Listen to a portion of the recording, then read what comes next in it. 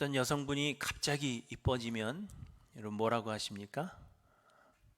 연애하냐? 이렇게 물어보죠. 왜냐하면 좋아하는 사람이 생기거나 연애를 시작하게 되면 상대방에게 잘 보이기 위해서 여성분들이 꾸미기 시작하기 때문입니다. 그런데 반대로 그 여성분이 갑자기 머리를 짧게 잘랐다 하면 또 뭐라고 물으십니까?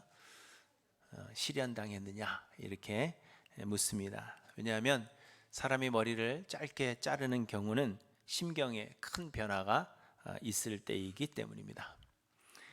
이처럼 사람의 마음에 일어난 변화는 그 삶으로 변화를 일으킵니다.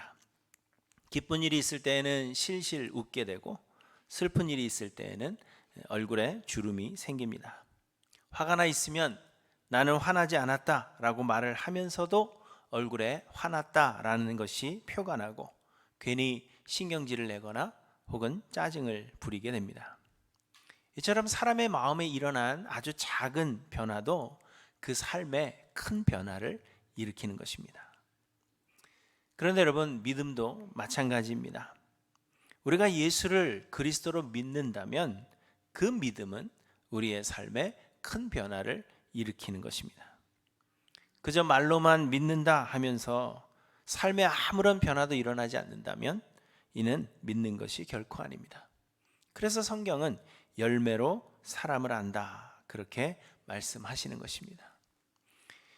여러분, 삭개오를 기억하실 것입니다. 삭개오는 당시 유대인들이 죄인 취급하며 싫어하던 세리였습니다. 당시의 세리들은 유대인들이면서도 로마에 바칠 세금을 징수하는 그러한 사람들이었습니다. 그런데 세리들은 원래 거두어야 하는 그 세금, 그 이상의 액수를 거두어서 자신들의 부를 축적했습니다. 그래서 유대인들은 필요 이상의 세금을 내야 하기 때문에 이 세리들을 싫어하고 상종조차 하지 않았던 것입니다. 더욱이 가난한 사람들은 자기가 먹고 살기도 힘든데 로마에 세금을 내는 것도 힘든데 그것보다 더한 세금을 요구하기 때문에 세리들을 싫어했습니다. 그런데 그런 삭개오를 예수님께서 만나 주셨습니다. 모두가 꺼리며 가까이 하지 아니려고 하는 그 사람을 예수님께서 먼저 불러주시고 그리고 삭개오를 친구 삼아 주신 것입니다. 그로 인해서 삭개오의 삶이 변했습니다. 삭개오가 말했습니다. 주여 보시옵소서, 내 소유의 절반을 가난한 자들에게 주겠사오며 만일 누구의 것을 속여 빼앗은 일이 있으면 네 갑절이나 갚겠나이다, 이렇게 고백합니다. 자신이 잘못한 것에 대하여서 보상해 주겠다라는 그 선을 넘어서 그것을 네 갑절이나 갚겠다, 네 배나 갚겠다, 그렇게 말하고 또한 소유의 절반을 가난한 자들에게 주겠다, 그렇게 소유합니다. 선언합니다. 여러분, 이는 엄청난 변화가 아닐 수가 없습니다. 여러분 한번 생각해 보시기 바랍니다. 우리는 성경을 읽을 때 그냥 삭개오가 그렇게 했구나, 그렇게 넘어가는 경우가 많은데 이것을 좀 정확하게 생각해 보고 여러분의 삶에 한번 적용해 보시기 바랍니다. 여러분 한번 생각해 보세요. 삭개오의 소유가 얼마였는지는 모르지만 소유의 절반을 가난한 자들에게 먼저 나누어 주는 겁니다. 그리고 나서 그 나머지 절반의 소유를 가지고 자신이 속여 빼앗은 것에 대하여 그대로 갚아주겠다가 아니라 4배로 갚겠다라고 말하는 것은 모든 소유를 포기하겠다는 말입니다. 곧 예수 그리스도 한 분만으로 이제는 만족합니다 라는 그러한 표현으로 삭개오에게는 그런 엄청난 변화가 일어나게 된 것입니다. 그렇다면 여러분, 예수를 그리스도로 믿는다 고백하는 여러분들에게는 어떠한 삶의 변화가 있었습니까? 혹 여러분의 믿음의 그 고백이 그저 우리의 입술만의 고백은 아닌지 여러분 한번 돌아보시기를 바랍니다.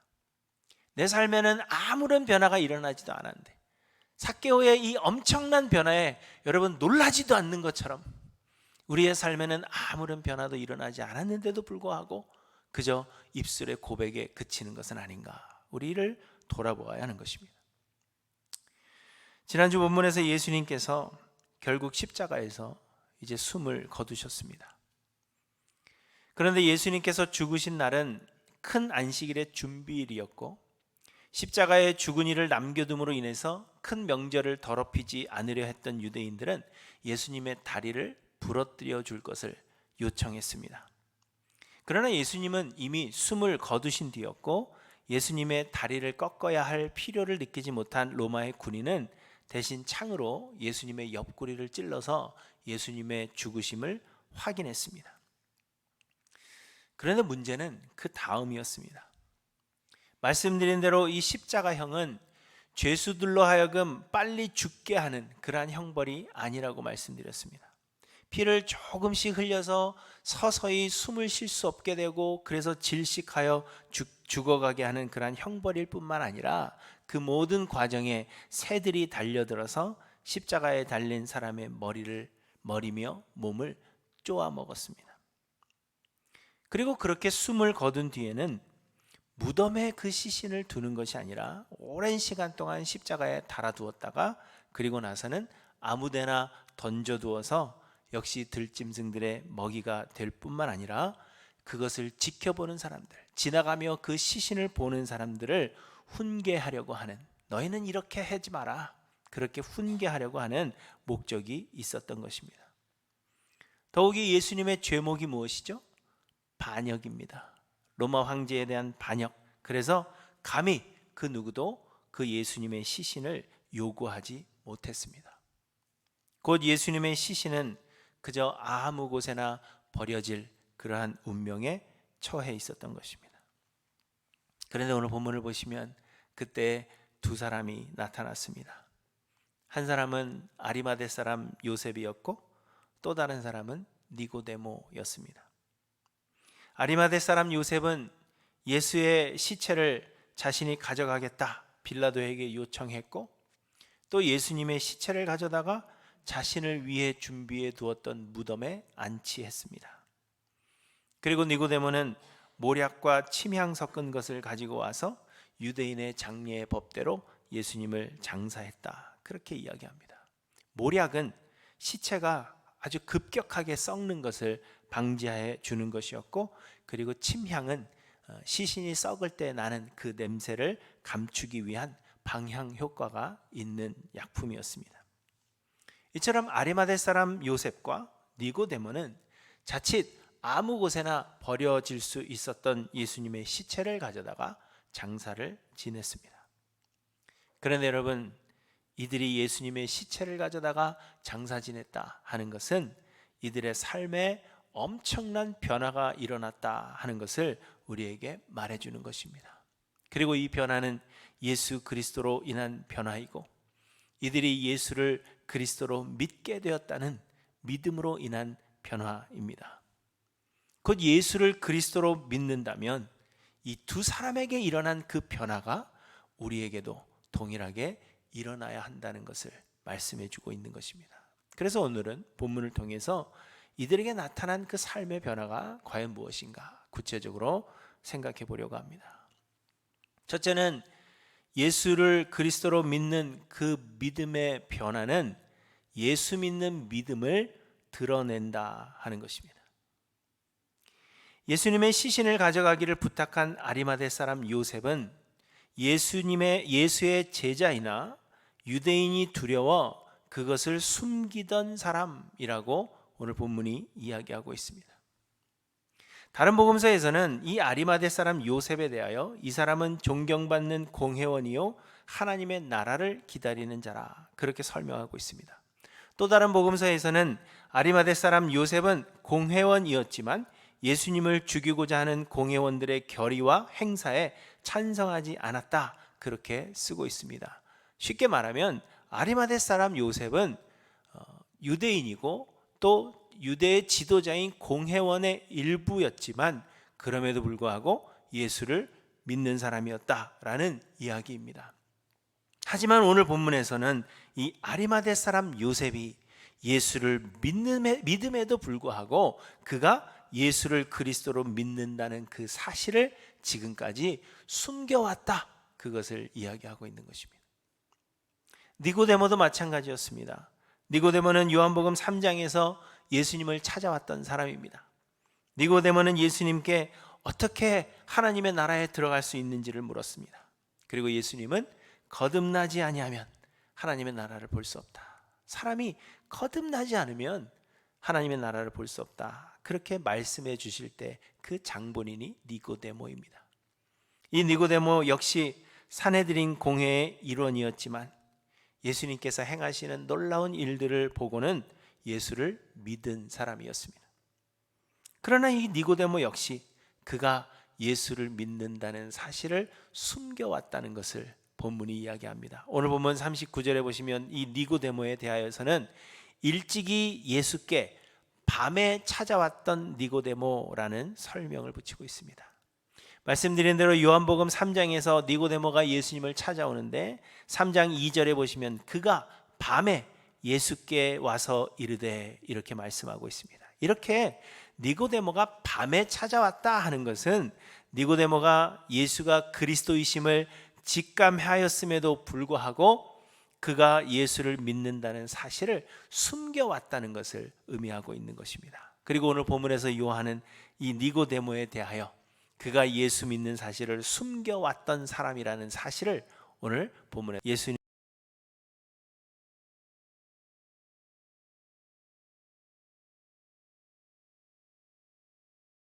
시신을 요구하고 예수님의 시신을 자신을 위해 준비해둔 무덤에 안치하였을 뿐만 아니라 모략과 침향을 섞은 것을 가지고 와서 유대인의 장례법대로 예수님의 장례를 치러주었습니다. 이는 더 이상 자신들이 예수 믿는 사람이라는 그 사실을 숨기지 않게 되었다라는 것을 말해주고 있는 것입니다. 그리고 이것이 예수를 믿는 자들 안에 일어나는 첫 번째 변화라는 것을 우리에게 말씀하고 있습니다.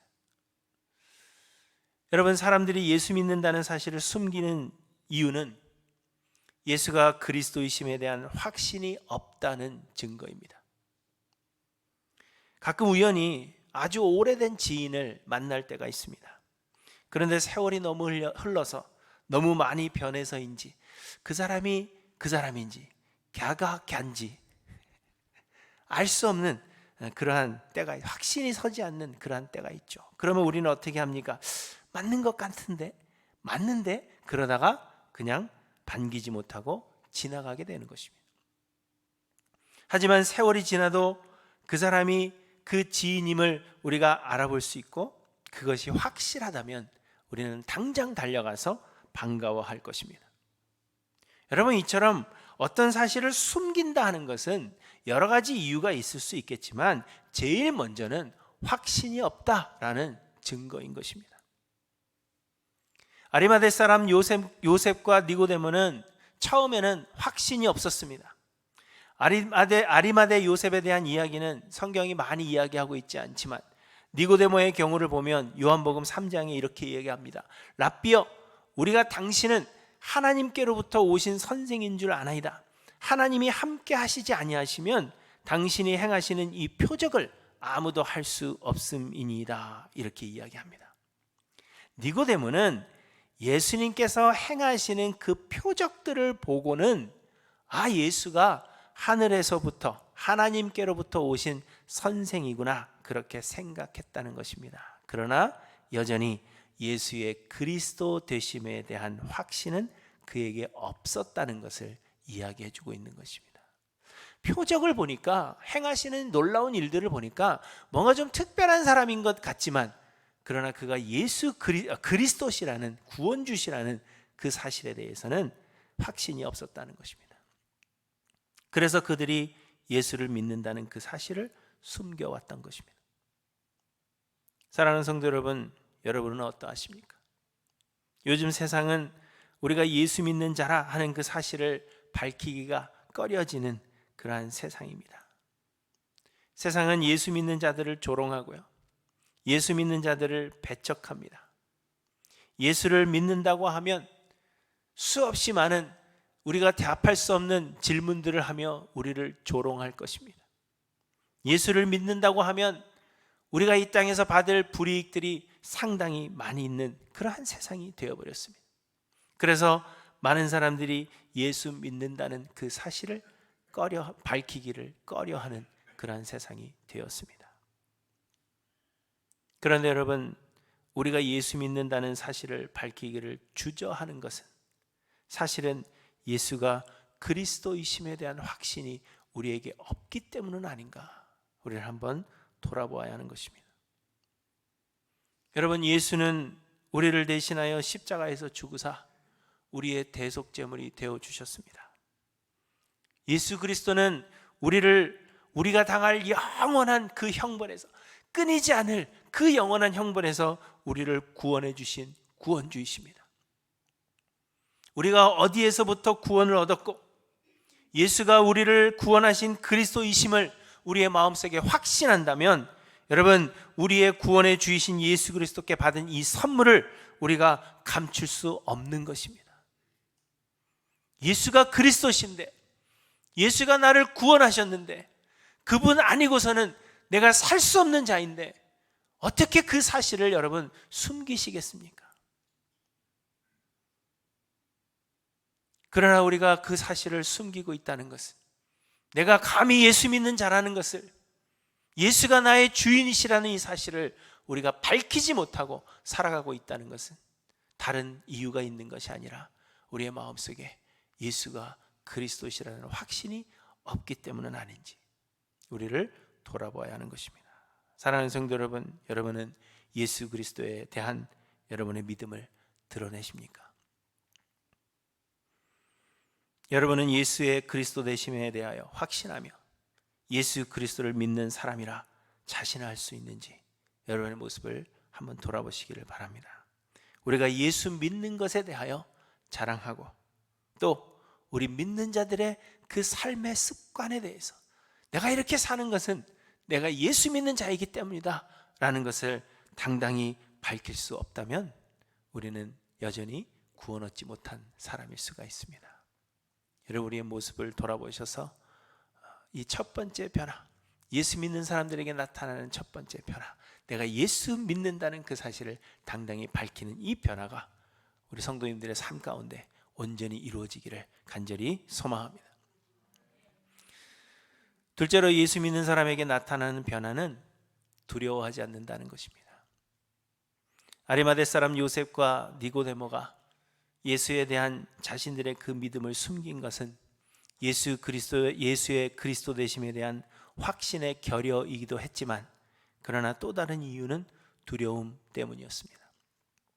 오늘 본문 38절에 보시면 아리마대 사람 요셉은 예수의 제자이나 유대인이 두려워 그것을 숨기더니 이렇게 말씀하고 있습니다. 니고데모 역시 예수님을 찾아왔을 당시에 밤에 예수님을 찾아왔다는 것은 사내들인 공회원으로서 사람들에게 발각되지 않을까 하는 두려움 때문이었습니다. 그리고 이들의 이런 두려움은 출교에 대한 두려움이었습니다. 요한복음 9장에 보시면 예수님께서 날 때부터 소경된 자의 눈을 뜨게 하십니다. 그런데 그 부모가 자신의 아들이 날 때부터 소경이었다라는 그 사실을 증언하기를 꺼려합니다. 유대인들이 몰려와서 저 사람이 네 아들이냐? 그랬더니 내 아들인 건 맞다 이야기하죠. 그런데 어떻게 눈을 뜨게 되었느냐? 그러면 예수가 눈을 뜨게 해줬다 그러면 되는데, 저 사람이 우리 아들이긴 한데 어려서부터 태어나면서부터 장님이었는지, 그거는 내 아들이 다 컸으니까 내 아들한테 물어보라 이렇게 이야기를 합니다. 왜 그렇다 그랬죠? 그것은 유대인들이 누구든지 예수를 그리스도로 시인하는 자는 출교하기로 결의하였으므로 그들을 무서워함이라 이렇게 이야기합니다. 출교당할까 봐 두려웠다는 것입니다. 또 요한복음 12장 42절에 보시면 관리 중에도 예수를 믿는 자가 많되 바리새인들 때문에 드러나게 말하지 못하니 이는 출교를 당할까 두려워함이라 이렇게 말씀하고 있습니다. 출교를 당할까 두려웠다는 것입니다. 우리 PCA 교단 헌법에도 심한 범죄를 저지르거나 이단설을 전하는 자들을 출교시키는 책벌이 있습니다. 이 출교라는 말은 말 그대로 교회에서 내쫓는 것입니다. 그리고 불신자로 여긴다 하는 것입니다. 그렇지만 요즘은 이 출교의 책벌에 대해서 두려워하는 사람은 없습니다. 왜냐하면 한 교회에서 출교를 당하면 옆에 교회로 가면 되는 것이고, 또 교회 못 오게 한다고 해서 이걸 그렇게 겁내는 사람도 없기 때문입니다. 그러나 여러분, 출교는 사람이 시키는 것이지만 그러나 하나님께서 이를 인정하신다는 것을 여러분 기억하셔야 합니다. 어쨌든 출교에 대해서 그렇게 두려워하는 사람은 없지만 당시의 출교는 다른 것이었습니다.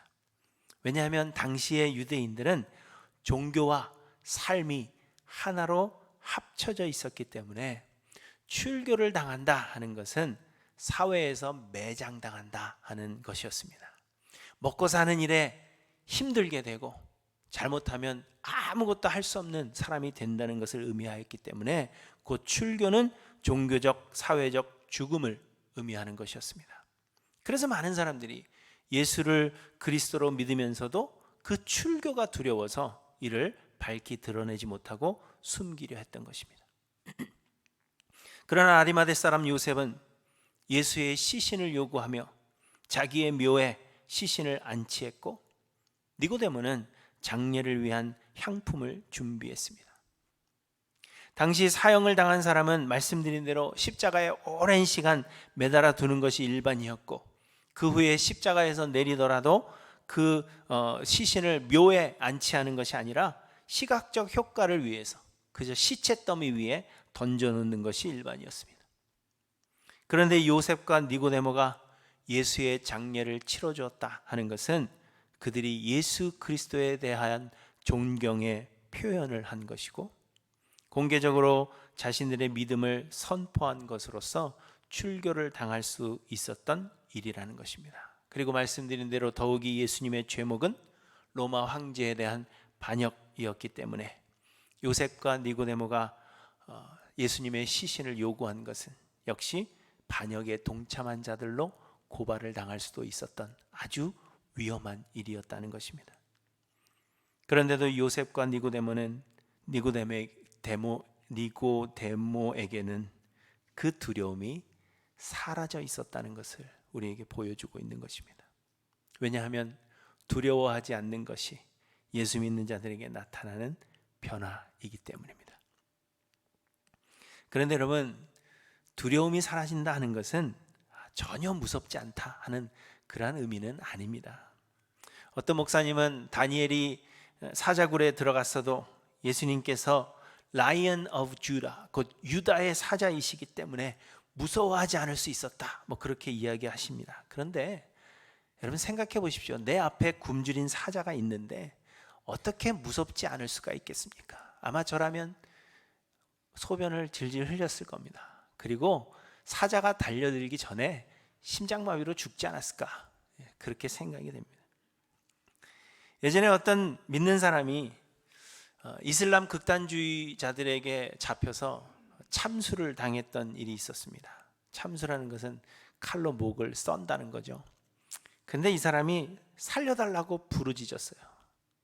그래서 사람들이 그 사람을 비난했습니다.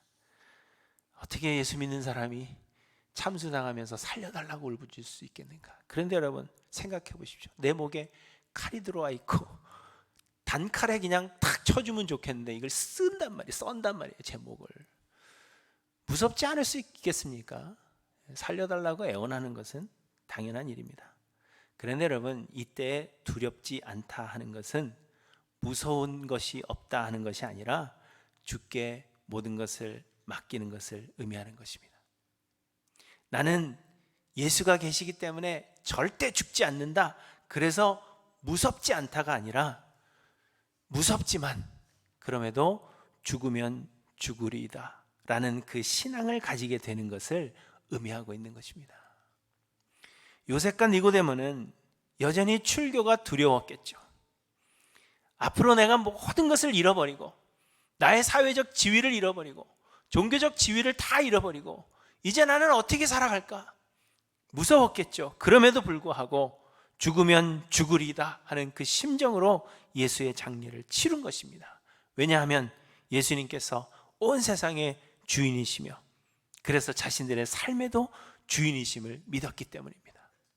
공회원으로서의 그 지위를 박탈당한다 할지라도, 유대인으로서의 누릴 수 있는 모든 권한을 다 박탈당한다고 할지라도 예수께서 나의 주인이시기 때문에 주께서 나를 이끌어 가시고 선을 이루실 것이다 라는 그 믿음 때문에 그 두려움이 사라져 있었던 것을 우리에게 보여주고 있는 것입니다. 그렇다면 사랑하는 성도 여러분, 여러분은 어떠하십니까? 환경과 상황이 주는 그 두려움에도 불구하고 하나님의 뜻이 이루어질 것을 믿음으로 여러분 담대하게 앞으로 나아가실 수 있는지 여러분의 삶의 모습을 돌아보시기를 바랍니다. 이것이 예수 믿는 자들의 삶에 나타나는 변화입니다. 여전히 무섭지만, 여전히 이 세상은 우리를 두렵게 하지만, 그럼에도 불구하고 하나님께서 내 삶을 주관하실 것에 대한 그 믿음 때문에 두렵지만 죽으면 죽으리다 하는 그 신앙으로 앞으로 나아가는 삶, 그것이 믿는 자들의 변화입니다. 저는 내일 비행기를 타는데 저는 사실 홀로 비행기 타는 것을 굉장히 두려워하는 사람입니다. 그럼에도 불구하고 가야 하기 때문에 떨어지면 떨어지리다 하는 마음으로 가는 거죠. 이 믿음이에요, 이게. 뭐 제가 잘 믿는 사람이라는 걸 얘기하는 게 아니라 이제 예를 들어서 그렇다는 것입니다. 그리고 여러분, 셋째로 예수를 믿는 사람들에게 나타나는 변화는 세상의 것을 버린다라는 것입니다. 이 예수님 당시에 팔레스타인의 땅은 돌과 바위가 많아서 땅을 파고 시신을 묻기에는 적합하지 않았다고 합니다.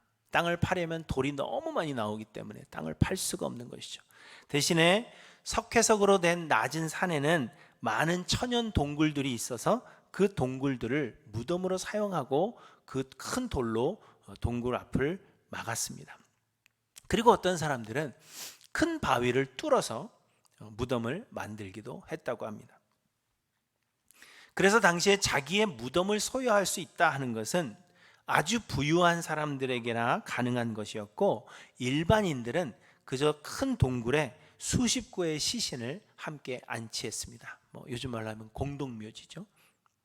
하지만 몇몇 부자들은 자신의 무덤을 가지고 있었는데 그 무덤이 있는 곳을 정원처럼 아주 아름답게 꾸며 놓기도 했습니다. 그런데 41절에 예수께서 십자가에 못 박히신 곳에 동산이 있고 동산 안에 아직 사람을 장사한 일이 없는 새 무덤이 있는지라, 이렇게 말씀하시는 것으로 봐서는 예수님이 묻히신 그 무덤은 정원을 꾸며 놓은 아주 값이 나가는 무덤이었던 것으로 그렇게 보여지는 것입니다.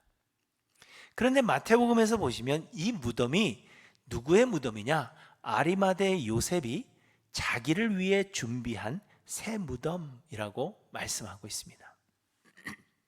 요셉은 부자였고 그래서 자신을 위해서 무덤을 준비해 두었던 것입니다.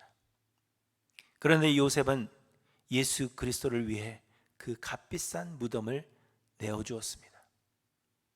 여러분, 이는 사실 무덤만을 내준 것이 아니라 출교의 위협을 무릅쓰고 한 일로서 그의 삶 전부를 주께 드린 것을 의미하고 있는 것입니다.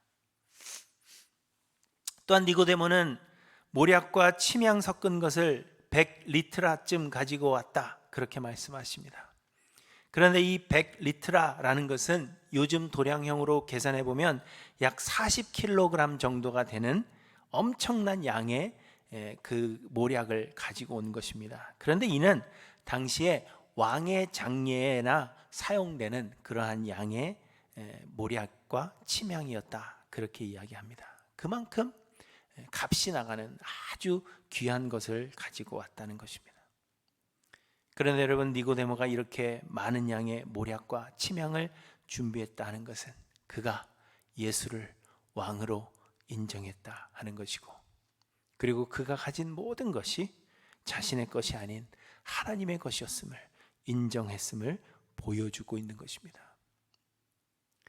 여러분, 이처럼 자신의 무덤을 내주고 엄청난 양의 모략과 침향을 준비했다 하는 것, 여러분, 결코 쉬운 일이 아니었습니다.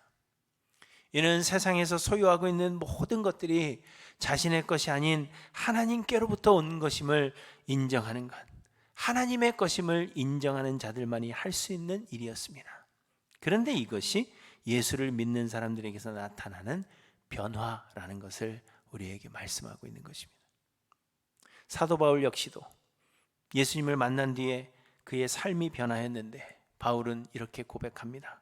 나는 8일 만에 할례를 받고 이스라엘 족속이요 베냐민 지파요 히브리인 중에 히브리인이요 율법으로는 바리새인이요 열심으로는 교회를 박해하고 율법의 의로는 흠이 없는 자라. 그러나 무엇이든지 내게 유익하던 것을 내가 그리스도를 위하여 다 해로 여길 뿐더러 또한 모든 것을 해로 여김은 내 주 그리스도 예수를 아는 지식이 가장 고상하기 때문이라. 내가 그를 위하여 모든 것을 잃어버리고 배설물로 여김은 그리스도를 얻고 그 안에서 발견되려 함이니.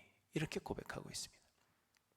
여러분, 예수를 그리스도로 믿는다 하는 것은 예수가 우리를 죄에서 구원하신 구원주이심을 믿음과 동시에 예수가 우리의 삶의 주인이 되시는 것입니다.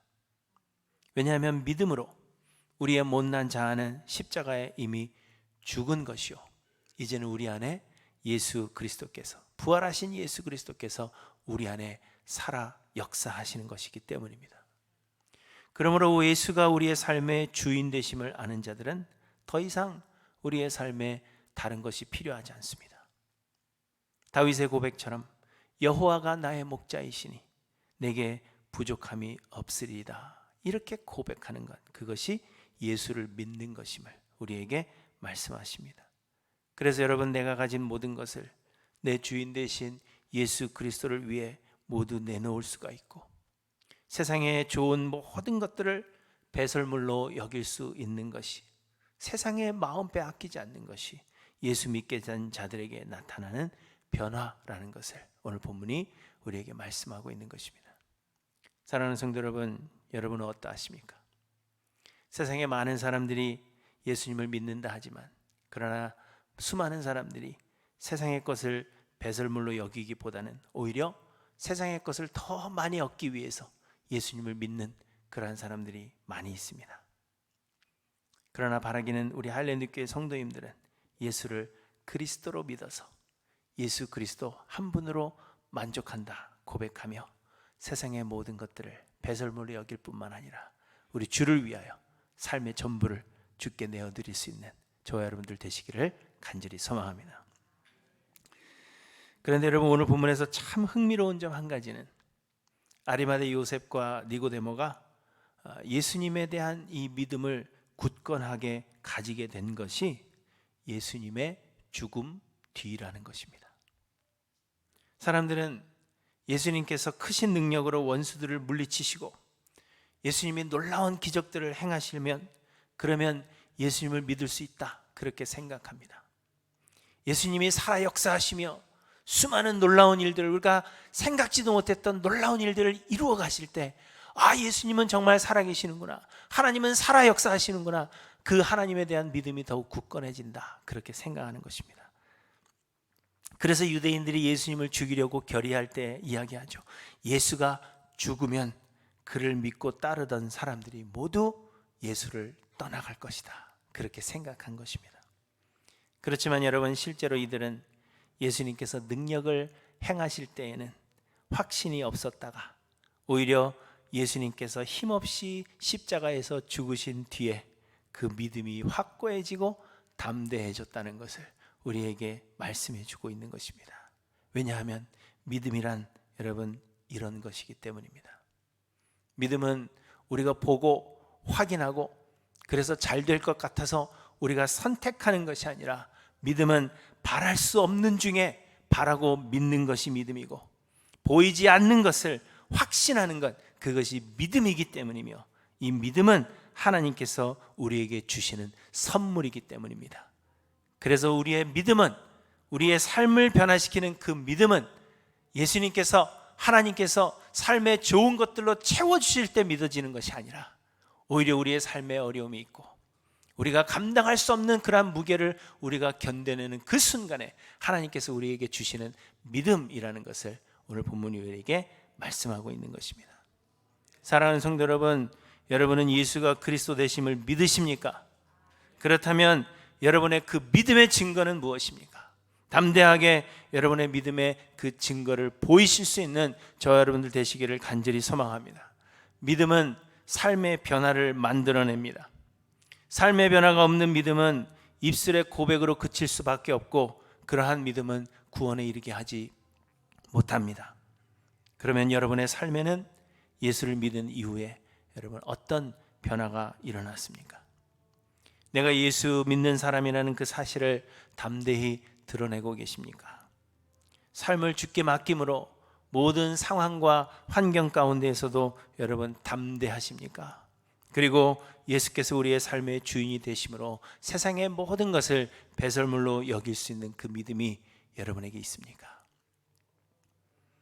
출교의 위험 앞에서 예수의 시신을 내어달라 그렇게 요구했던 아리마대 사람 요셉과 니고데모의 그 믿음, 그것이 바로 우리 할랜드교회 모든 성도님들의 믿음이 될 수 있기를 주님의 이름으로 간절히 축원합니다. 기도하십니다.